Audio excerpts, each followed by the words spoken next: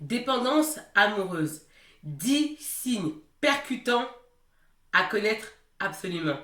Hey! Bienvenue à toi sur ma chaîne. Je m'appelle Saïli, ta coach et experte en autonomie affective pour t'aider à avoir des relations épanouissantes. Mais avant de te transmettre mes pépitas, je vais te demander une petite chose. C'est de mettre un gros pouce bleu, un gros like. Parce que cela me permet de savoir que ce contenu t'est utile. Partage-moi également tes idées de thématiques dans la zone de commentaires. Abonne-toi également à la chaîne afin de recevoir toutes mes pépitas directement sur ton téléphone. Active la cloche. Gling gling, gling gling. Parce que si tu ne le fais pas, YouTube ne te préviendra pas de la sortie de mes nouvelles pépitas que tu risques de rater. Et cela serait fortement dommage pour toi. Je te propose également un bilan 100% gratuit, personnalisé, confidentiel et anonyme dans lequel figure ton cadeau à l'intérieur. Pour recevoir ta surprise, il te suffit d'aller dans la zone de description juste en bas et de cliquer sur le lien. La dépendance amoureuse est une dépendance irrationnelle dont tu n'as pas conscience.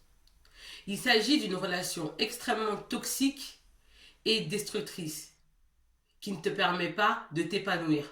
Car tu ressens du stress, de l'anxiété, de la peur, tu as peur de mal faire. Et cette situation te fait extrêmement souffrir. Tu n'es pas heureuse, mais tu as peur de partir parce que tu penses ne pas mériter mieux. Et tu vas te dévaloriser et te mésestimer. Tu perds confiance en soi, ce qui est extrêmement pernicieux pour ta valeur personnelle qui en prend un gros coup. J'ai été dépendante amoureuse, donc je sais où tu ressens ta douleur et le stress que cela occasionne en toi. Les actions que tu entreprends envers ton partenaire partent d'un bon sentiment, de bonté, de bienveillance. Et le pire, c'est que cela se retourne contre toi. Et toi, tu ne comprends pas pourquoi. Dans cette vidéo, je partage avec toi 10 choses à savoir absolument concernant la dépendance amoureuse. Premier point, tu souffres du syndrome de l'infirmière. En quoi cela consiste? C'est-à-dire que tu es responsable de sa vie. Tu vas le materner. Tu vas t'occuper de tout, de ses tâches administratives. Tu es responsable de sa vie. Tu t'occupes de lui comme si c'était un bébé. C'est comme si c'était ton enfant. C'est la même chose. Et qu'est-ce qui va se produire? Tu vas l'émasculer. C'est-à-dire qu'en fait, tu vas lui ôter toute sa force virile de mâle. Et il va se retrouver feignant. C'est comme ça qu'il va devenir feignant. Et toi, tu vas te dire, mais je comprends pas, il est super feignant, il fait aucun effort. Bien sûr, parce que tu ne lui permets pas de faire des efforts. Tu fais tout à sa place. Tu fais vraiment tout. Dans les cas extrêmes, c'est même toi qui vas pourvoir aux besoins du foyer. Donc c'est le monde à l'envers. Et il va te dire, oui, ma chérie, je sors d'une rupture difficile, ma copine m'a beaucoup fait souffrir, j'ai encore mal aujourd'hui, donc tu comprends, donc si je me comporte mal avec toi, c'est parce que je souffre encore, donc comprends-moi, mets-toi à ma place. Est-ce que toi, ça t'est déjà pas arrivé, ma chérie, que quelqu'un te fasse mal, donc comprends-moi. Et toi, je te connais, t'es empathique, donc tu vas te mettre à sa place. Et cet homme-là, il va se foutre de toi. Et toi, tu vas être son infirmière. C'est-à-dire que tu vas panser ses plaies. Sauf que cet homme-là, dès lors, il va commencer à aller mieux, il va te lâcher. Parce que tu lui auras donné l'énergie nécessaire pour qu'il se relève. Il t'utilise. Voilà, clairement, il t'utilise. Et toi, comme tu es trop gentille, trop compréhensive, tu vas accepter son comportement intolérable. Et là, tu vas t'infliger une mort à petit feu, une mort spirituelle, une mort de l'âme. Et ça va te faire extrêmement souffrir. Ça va te causer du mal-être. C'est à lui de se prendre en main. Il faut que tu arrêtes de le materner parce que tu ne lui rends pas service comme ça. Tu détruis la relation parce que tu veux tellement bien faire que tu en fais trop. Et du coup, lui, il se prend pour le roi du pétrole. Généralement, ce qui se passe avec ce type d'homme, c'est qu'une fois qu'il commence à aller mieux, il va te quitter pour se mettre avec une autre femme. Parce que tu lui as donné l'énergie suffisante pour qu'il puisse se relever. Et il va se dire qu'il peut trouver mieux que toi. Parce que toi, tu lui as donné toute ton énergie, d'accord? Tu l'as pris alors qu'il était faible, et là, maintenant qu'il a de la force, qu'il se sent homme, ben, il se dit, bah là, je peux trouver mieux. Parce que là, maintenant, je vais mieux. Et toi, tu vas commencer à te dire, oh là là, mais c'est un con, oh là là, je l'ai aidé, j'étais présente, j'ai tout fait pour lui, voilà comment il me remercie, mais j'ai vraiment pas de chance. Alors que non, simplement, de départ, c'est quelqu'un qui n'était pas bien. Et toi, tu n'es pas son infirmière. Tu n'es pas son centre de réhabilitation.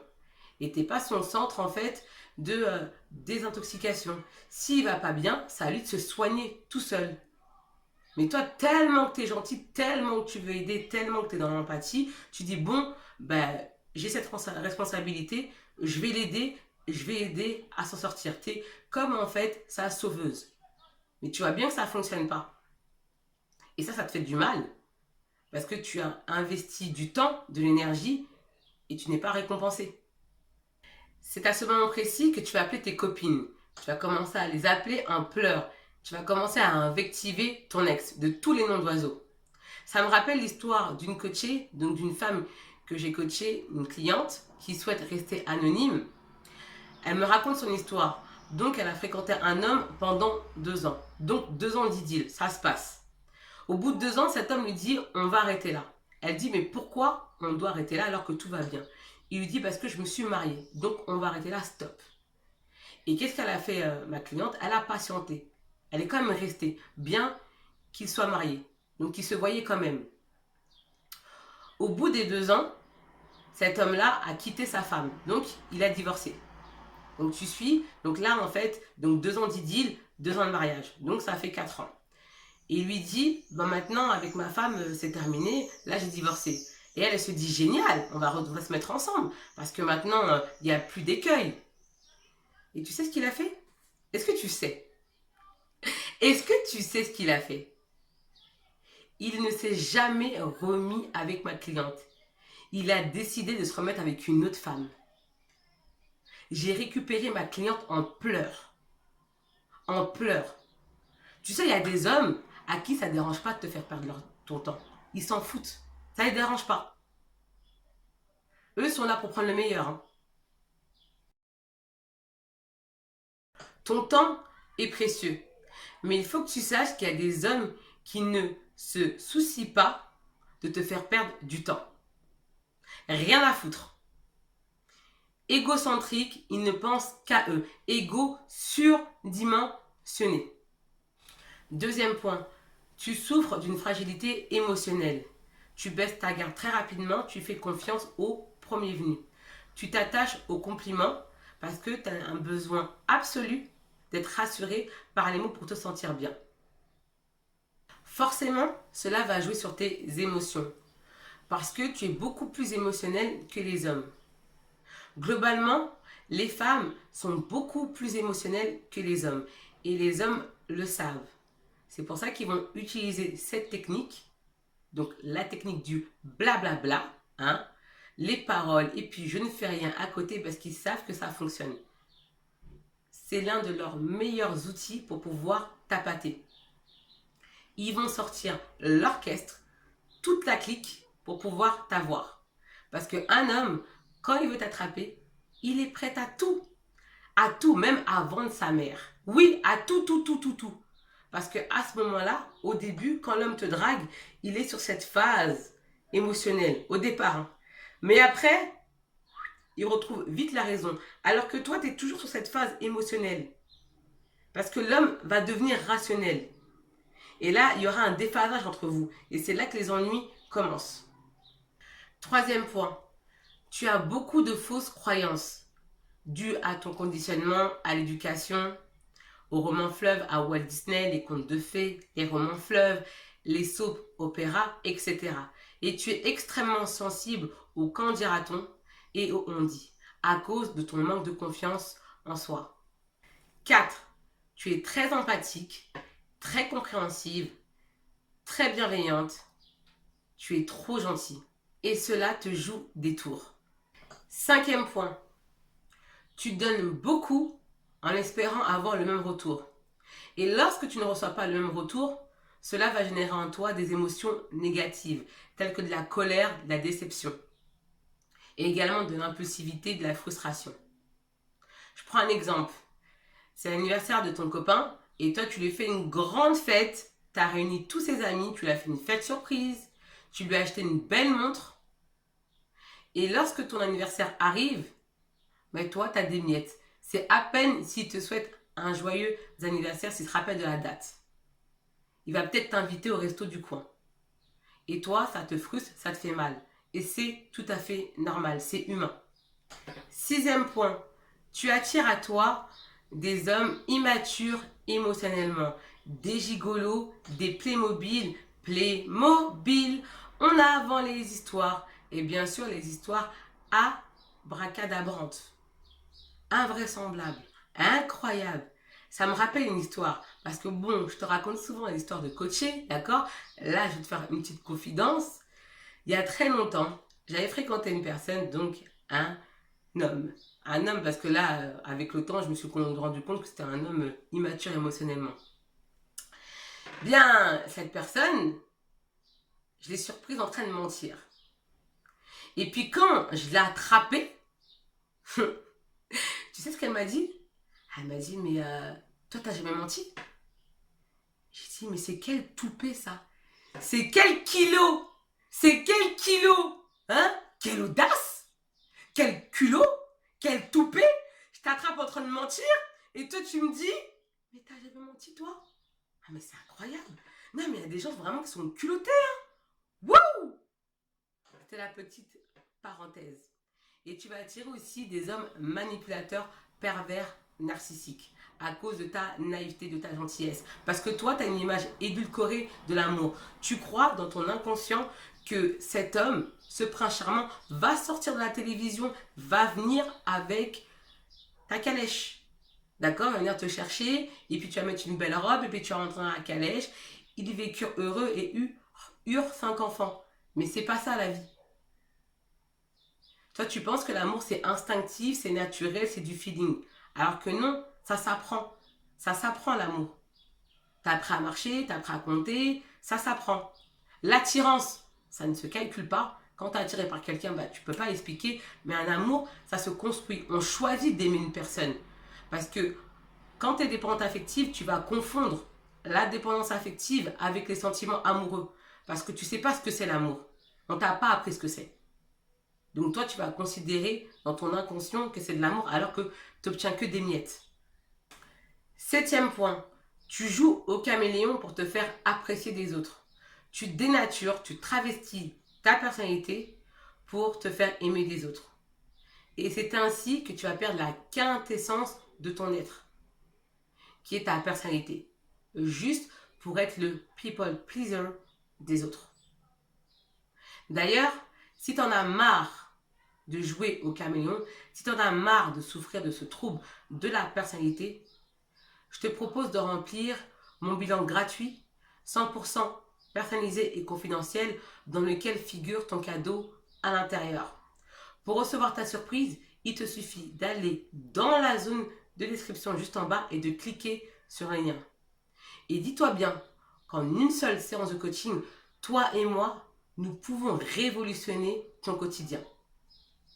Et je serais ravie de t'aider pour que tu puisses avoir des relations épanouissantes. Que tu puisses vivre ta best life. Parce que ta vraie vie commence dès lors où tu prends conscience que tu n'en possèdes qu'une, pas deux, une seule. Le huitième point, tu es dans l'incapacité de maintenir et d'affirmer ton opinion avec acerbité. Parce que tu as peur de perdre l'amour de ton partenaire. C'est quelque chose qui te fait peur. Et ça provoque en toi une peur absolue. Tu es tétanisé, tu es comme inhibé. Donc tu préfères te taire. Neuvième point, tu as peur de l'inconnu et tu as peur d'expérimenter des nouvelles expériences. Bien que tu souffres, tu vas rester dans tes habitudes négatives. Parce que tu t'en es acclimaté et pour toi, c'est devenu une normalité de souffrir. Donc tu vas rester dans ta souffrance et en faire ton baromètre. Dixième point, tu as un besoin constant d'être en contact avec ton partenaire. Et là, certaines vont dire, mais Célie, c'est normal quand tu es en couple avec quelqu'un qu'on se parle tous les jours. Vous n'avez pas besoin de vous parler tous les jours, d'accord? Vous pouvez vous parler plusieurs fois dans la semaine, mais pas besoin de tous les jours de toujours vouloir un contact.